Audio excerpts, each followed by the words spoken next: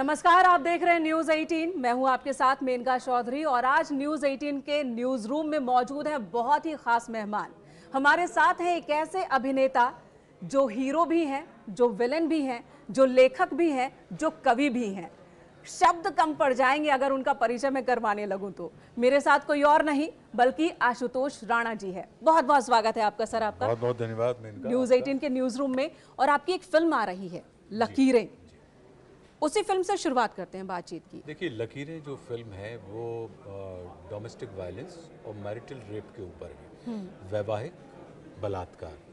तो ये बड़ा संवेदनशील एक विषय है क्योंकि अक्सर हमारे यहाँ पे एक मान्यता ये मानी जाती है कि जब पति और पत्नी वैवाहिक बंधन में बनते हैं तो हमने ये मान के चलते हैं कि हम टेकन फॉर ग्रांटेड ले लेते हैं। पति को लगता है कि ये जो पत्नी है ये पूरा का पूरा इसके मन कर्म वचन चित्त के ऊपर हम जैसा सोच रहे हैं वैसा इसको सोचना चाहिए, और पत्नी को भी लगता है कि जैसा मैं सोच रही हूँ वैसा ही हमारे पति को सोचना चाहिए। तो ये हम लोग टेकन फॉर ग्रांटेड लेते हैं और कई स्थितियों में ऐसा कभी हो जाता है कि कभी कभी हम अपनी अनिच्छा को, अपनी इच्छा को सामने वाले की अनिच्छा को ध्यान में रखते हुए, नज़रअंदाज करते हुए हम अपनी इच्छाओं का बलपूर्वक रोपण कर देते हैं। और फिर ऐसी घटनाएं जो घटित होती हैं कि अगर देखा जाए तो क्या वो विवाह के उपरांत स्त्री की इच्छा के बिना या पुरुष की इच्छा के बिना शारीरिक संबंध बनाना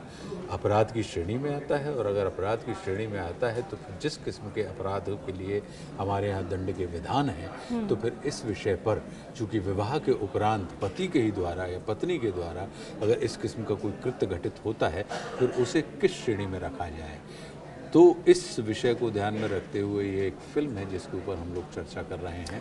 तो इसको आप ये कह सकते हैं कि एक हिसाब की चर्चा है, एक हिसाब का चिंतन है और एक हिसाब का पहल कह सकते हैं आप विसल ब्लोअर के तौर पे कि एक विषय को लेकर हम आ रहे हैं। क्योंकि हमारे यहाँ जब स्त्री और पुरुष के बीच में विवाह होता है तो दुनिया में विवाह एक किस्म के कॉन्ट्रैक्ट होते हैं, बिल्कुल, लेकिन हमारे यहाँ विवाह एक किस्म का संस्कार है जी। जैसे हमारे यहाँ 16 श्रृंगारों को मान्यता प्राप्त है वैसे ही हमारे यहाँ 16 संस्कारों को मान्यता प्राप्त है और विवाह उन 16 संस्कारों में से एक संस्कार माना जाता है। जब पति और पत्नी, स्त्री और पुरुष अग्नि के फेरे लेकर जब लगाते हैं और वो चक्र लेते हैं और शपथ लेते हैं कि हम अपने से बेहतर नागरिकों को जन्म देंगे, तो यानी कि हमारे यहाँ पे वैवाहिक संबंध के बाद भी स्त्री और पुरुष, पति और पत्नी के बीच में बनने वाले शारीरिक संबंध भी उपासना की श्रेणी में आते हैं, वो वासना का विषय नहीं होते हैं। तो फिर इस किस्म की जो इच्छाएं हैं, आदान प्रदान है, फिर इसके द्वारा इसको कैसे श्रेणी में रखा जाए इसके ऊपर एक मैरिटल रेप ये एक ऐसा विषय है बहुत ही संवेदनशील जिस पर बात करना टैबू माना जाता है। अदालत भी अभी वहाँ पर भी एक लड़ाई चल रही है, किसी नतीजे तक हम पहुँचे नहीं, किसे अपराध की श्रेणी में रखें ना रखें, किस तरह से रखें, किन धाराओं के तहत रखें। ऐसे विषय पर फिल्म बनाना, इस दौरान कुछ चुनौती भी आई थी? निश्चित रूप से, क्योंकि जब भी कभी आप एक तो होता है कि मनोरंजन प्रधान जब आप काम कर रहे होते हैं तब भी आपके पास चुनौती होती है, लेकिन जब आप विषय प्रधान कोई काम कर रहे होते हैं तब भी आपके पास चुनौती होती है। अपने आप में कला जो होती है वो आपकी प्रतिक्रिया भी है और आपकी अभिव्यक्ति भी है और वो आपका प्रतिबिंब भी है। आपका मतलब समाज का, तो समाज का प्रतिबिंब भी है, प्रतिक्रिया भी है, वो रिफ्लेक्शन भी है और रिप्रेजेंटेटिव भी है, रिएक्शन भी है। तो उसको उस तरीके से देखा जाए तो चुनौतियां तो निश्चित रूप से आती हैं। क्योंकि आज की तारीख में किसी भी फिल्म को बनाने के लिए या किसी भी कार्य को करने के लिए जो धन लगता है, उस धन का जो रिस्क होता है, उस मन का जो रिस्क होता है, वो आपके यश का जो रिस्क होता है। क्योंकि हमारे यहाँ तो अगर मान लीजिए अगर सिनेमा नहीं चला तो हम आधा मिनट में खारिज कर देते हैं कि ये तो बंडल है और ये आदमी ये 2 कौड़ी का बोर कर दिया इसने। हाँ, ये 2 कौड़ी का है। हाँ। जबकि जैसे जब कोई कार सड़क पर आती है तो उस कार को कौन बनाता है, कौन डिज़ाइन करते हैं? इंजीनियर्स डिज़ाइन करते हैं, बड़े बड़े मैकेनिकल इंजीनियर्स डिज़ाइन करते हैं, वैज्ञानिक डिज़ाइन करते हैं, लेकिन उसकी टीआरपी कौन डिसाइड करता है? जाहिर सी बात है खरीदार। नहीं, उसकी टीआरपी या उसकी वैधानिकता या उसकी श्रेष्ठता का प्रमाण होता है वो मैकेनिक, जो हो सकता है कि मैट्रिक पास भी ना हो, लेकिन उसके पास अनुभव संपन्न ज्ञान है जी। और वो अपने उस अनुभव संपन्न ज्ञान से आधा मिनट में आपने एक बड़ी कार बनाई इंजीनियर्स ने, और उसने कह दिया कि साहब ये इसका ना इसके पिस्टन में जो है वो समस्या है, दिक्कत। और ये बात कौन बता रहा है? बोले वो बता रहा है कि जो सड़क के ऊपर मैकेनिक का काम करता है। तो कहने का अर्थ ये है कि चुनौतियां तो निश्चित रूप से होती हैं। क्यों? क्योंकि ये एक ऐसा विषय है जिसमें आपका जजमेंट या आपकी श्रेष्ठता का प्रमाण आपका कर्म नहीं, दूसरे का मन होता है। इस फिल्म में ट्रेलर में मैंने देखा आपका एक डायलॉग है, आप पीड़िता से ही सवाल कर रहे हैं जी। कि आपको कब लगा कि आपका पति पति नहीं बल्कि बलात्कारी जी। हो गया। ये सवाल क्या समाज को सोचने पर मजबूर करेगा?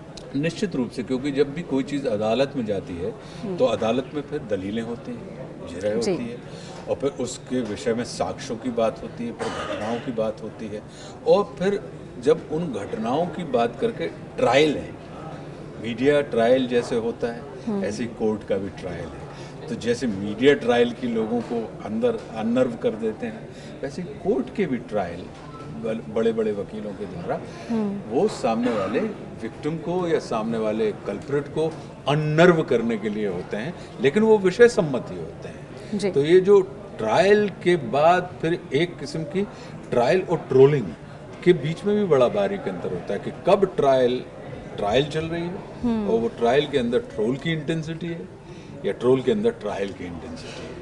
तो ये अपने आप में बड़ी एक, जिसको आप कहते हैं कि मनोवैज्ञानिक युद्ध चलते रहते हैं। तो ये सवाल तो जब चौके की बात चौराहों पर आएगी जी, तो फिर बदलाव भी लाएगी। तो, और चौराहों की बात जब चौके में होने लगेंगी तो फिर आपके चौके भी ठीक नहीं रहते हैं और आपके चौराहे भी ठीक नहीं रहते। सही बात। और इस फिल्म की शूटिंग लखनऊ में भी हुई है, वहाँ का अनुभव आपका कैसा था? लखनऊ के लोगों के लिए कोई बहुत संदेश? अद्भुत। लखनऊ हमारे देश के कुछ खूबसूरत शहरों में से एक शहर है जहाँ पे आपको इतिहास भी मिलेगा, जहाँ पे आपको आधुनिकता भी मिलेगी, वहाँ का वर्तमान भी है, वहाँ पर स्वाद भी है, वहाँ पर संस्कृति भी है, आपको वहाँ पे पुरानापन भी है और वहाँ पे नयापन भी है। तो एक हिसाब से अगर आप देखें तो लखनऊ एक बहुत अच्छा। फिर आपको वहाँ पे अगर आप शाकाहारी हैं तो शाकाहारियों के पास भी विभिन्न किस्म के बहुत सारे ऑप्शन हैं। ऐसा नहीं है कि सिर्फ आपके ऑप्शन, जो जनरली ये कहा जाता है कि नॉन वेजिटेरियन में ही ऑप्शन होते हैं, लेकिन अब हम जैसे लोग जो शाकाहारी हैं, आपको लखनऊ का क्या पसंद आया? मुझे लखनऊ में सबसे बड़ी बात है कि वो जो कुछ भी बनाते हैं तो बनाते समय वो उसको रुच के बनाते हैं, और जब आप किसी भी व्यंजन को, किसी भी चीज़ को जब आप रुच के बनाएं तो उसके अंदर रस अपने आप में आ ही जाता है। लखनऊ के लोग जाहिर सी बात है बहुत ज़्यादा प्रसन्न हो जाएंगे, खुश हो जाएंगे। अब मेरे कुछ सवाल अलग से हैं। बात आप पति पत्नी के रिलेशन की कर रहे थे। आपकी धर्मपत्नी है रेणुका जी, जिन्हें मैं बचपन से देख रही हूँ, उनकी हंसी मुझे बहुत पसंद है। रेणुका जी कहती हैं कि जब भी आप दोनों के बीच कभी कोई अनबन होती है तो आप पहल करते हैं, तुरंत ही बात करके समझौते तक पहुँचते हैं, मामले को हल कर देते हैं, कल पर नहीं टालते। क्या सच में ऐसा है? बिल्कुल। हमारा ये मानना है कि अगर किसी भी किस्म का डिस्प्यूट, एक होता है मनमुटाव और एक होता है मतभेद। तो अगर मतभेद, हम ओपिनियन ओरिएंटेड लोग हैं, मत का मतलब ही होता है ओपिनियन, तो स्वाभाविक तौर पे दो अलग अलग एक्सपोजर वाले लोग हैं और अब हम एक छत के नीचे एक जीवन और एक परिवार के रूप में जीवन बिता रहे हैं, तो निश्चित रूप से हमारे अंदर मत भिन्नता होगी। तो अगर मतों के बीच में भिन्नता है, मत शून्यता से मैं बहुत घबराता हूँ। मत भिन्नता का हमेशा से स्वागत रहा है, लेकिन मत शून्यता हमारे बीच में नहीं होनी चाहिए। और अगर कोई संवाद घटित हुआ है और लगा है कि नहीं यहाँ पर डिस्प्यूट है, तो मेरा ये मानना है कि डिस्प्यूट के साथ, विवाद के साथ आपको सोना नहीं चाहिए। आप सोने के पहले उस विवाद को संवाद के जरिए समाप्त करें। और फिर सबसे बड़ी बात ये होती है कि अगर आप खुद पति पत्नी के रूप में रह रहे हैं, गृहस्थी का मतलब ही होता है कि जिस घर में घुस के आपकी हस्ती समाप्त हो जाए उसे आप गृहस्थी कहते हैं। हस्ती से मतलब है कि आपकी उपलब्धियां जी, आपकी लेकिन अमूमन हम समाज में देखते हैं कि एक पति ईगो की बात होती है कि पुरुष का एक ईगो होता है और वो उसे वाजिब माना जाता है, जी तो वो आड़े नहीं आता। बिल्कुल नहीं, वही तो मैंने कहा कि मैं गृहस्थ हूँ। तो हस्ती कैसे पैदा होती है? हस्ती से मतलब अहंकार। हस्ती आपकी उपलब्धियों से पैदा होती है। तो जो गृहस्थी वाले लोग होते हैं वो जिस घर में घुस के आपकी हस्ती समाप्त हो जाए वो गृहस्थी कहलाती है। होता क्या है कि हम घर में तो अपनी हस्तियों को खड़ा कर लेते हैं और घर की देहरी के बाद अपनी हस्तियों के साथ समझौते कर लेते हैं। इसलिए हमारा घर भी बिगड़ जाता है, परिवार भी बिगड़ जाता है और हमारा बाजार भी बिगड़ जाता है। बाजार में हमें अपनी हस्ती के साथ खड़े रहना चाहिए और परिवार में हमें अपनी गृहस्थी के साथ खड़े रहना चाहिए। अगला सवाल है कि आपने पॉजिटिव किरदार भी किए, नेगेटिव किरदार भी किए हैं, दर्शकों पर आप जादू कर देते हैं, मंत्रमुग्ध कर देते हैं उन्हें, लेकिन आपको अपना कौन सा किरदार ज़्यादा पसंद है? नेगेटिव किरदार में आप खुद को ज़्यादा पसंद करते हैं या पॉजिटिव? मैं अपने किरदारों को नेगेटिव और पॉजिटिव की दृष्टि से नहीं देखता। मैं अपने किरदारों को देखता हूँ कि वो उनके अंदर कितना एज है।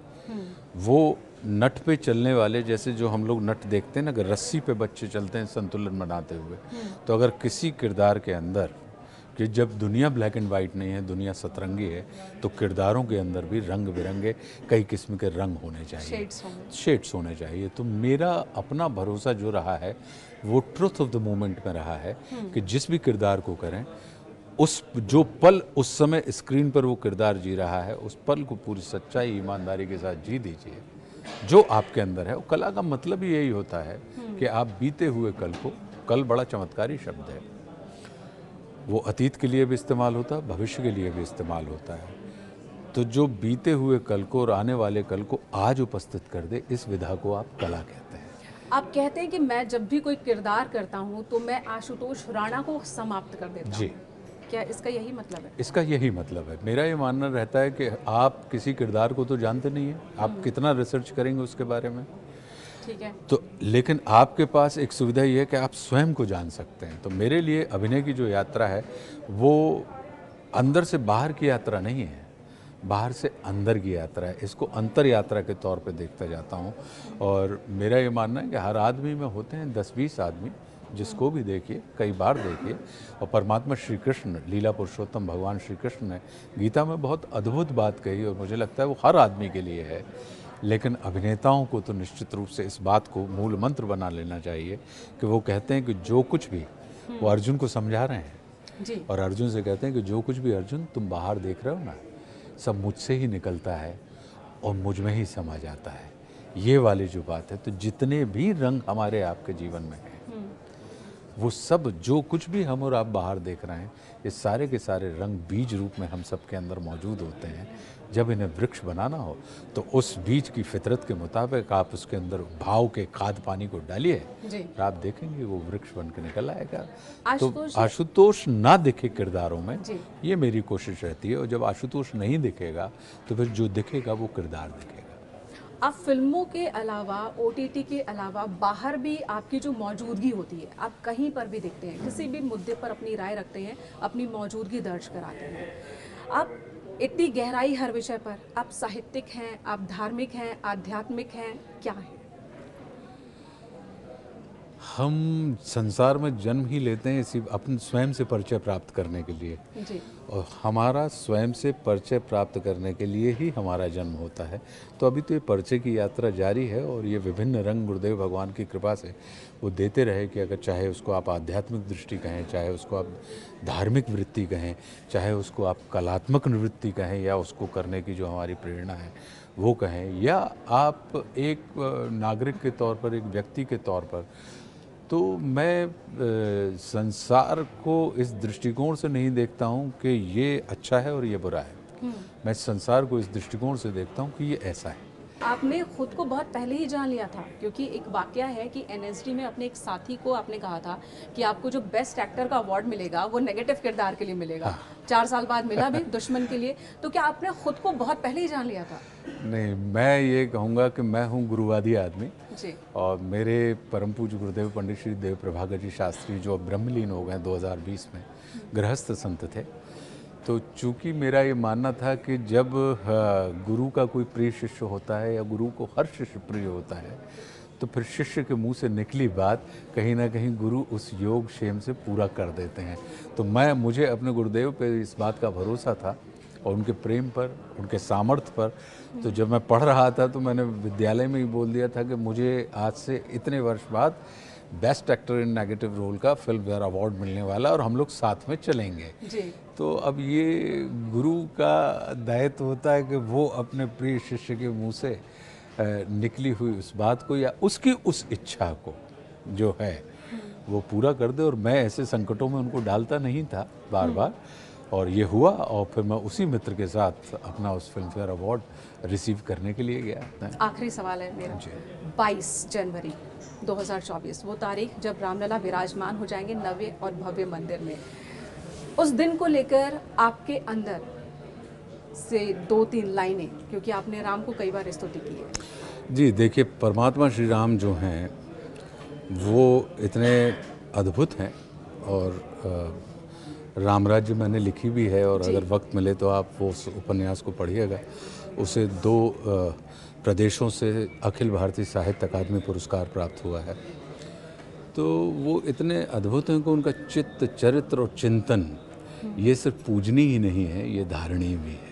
आप अपनी शैली में है ना? सुनाएं तो धारणीय कैसे है कि अगर वो ये कहते हैं कि प्रातःकाल उठे रघुनाथा, मात पिता गुरु नाभई माता, तो उनका जो विश्वास है वो नमन की शक्ति में है, उनका जो विश्वास है वो वंदन की शक्ति में है। उन्होंने, अगर आप उनके पूरे के पूरे जीवन को देखें तो उनसे अच्छा मित्र तो किसको राम जैसा मित्र नहीं चाहिए, किसको राम जैसा पुत्र नहीं चाहिए, किसको राम जैसा भाई नहीं चाहिए, किसको राम जैसा पति नहीं चाहिए, जिन्होंने मन कर्म वचन से मातेश्वरी जगतजननी सीता के अलावा स्वप्न में भी किसी अन्य स्त्री का चिंतन नहीं किया। और सीता उनका प्रेम ही नहीं, उनका प्राण भी थी, उनकी गरिमा भी थी, गौरव भी थी और मर्यादा भी थी। और चाहे इंद्र के लड़के जयंत या विराध नाम के राक्षस या खरदूषण से लेके त्रिलोक विजेता रावण तक जिस किसी ने भी मातेश्वरी जगत जननी सीता के मान में खलल डालने की कोशिश की है, परमात्मा श्री राम ने उसका वध किया है। यहाँ तक कि रावण के 100 योजन लंबे समुद्र के ऊपर उन्होंने पुल बना के रावण के ही मैदान क्षेत्र में 1 लाख पूत 1.25 लाख नाती वाले रावण को उसके ही लंका में भस्मीभूत कर दिया। तो तात्पर्य ये है वो, और उनके जैसा मर्यादित शत्रु, उनको मर्यादा से प्रेम था। और या ये कहें आपके जैसे परमात्मा श्री कृष्ण को, परमात्मा श्री राम को मर्यादा से प्रेम था और परमात्मा श्री कृष्ण के प्रेम में मर्यादा थी। अगर आप देखेंगे तो परमात्मा श्री राम ने जो किया है वो कर्म हमारे और आपके लिए कल्याण के मार्ग हो सकते हैं, और परमात्मा श्री कृष्ण ने जो कहा है वो हमारे और आपके कल्याण के मार्ग को निर्देशित कर सकते हैं। तो एक का कर्म और दूसरे का कथन, यदि हम ये दोनों धारण कर लें तो हमारे जीवन में शिव की सृष्टि हो जाएगी। शिव अर्थात कल्याणकारी। पूरी उम्मीद है और शुभकामनाएं भी हैं कि आपकी आने वाली फिल्म भी हिट होगी, और ना सिर्फ हिट होगी बल्कि समाज में एक विचार पैदा करेगी, एक बदलाव लाने का एक कारण बनेगी, जरिया बनेगी।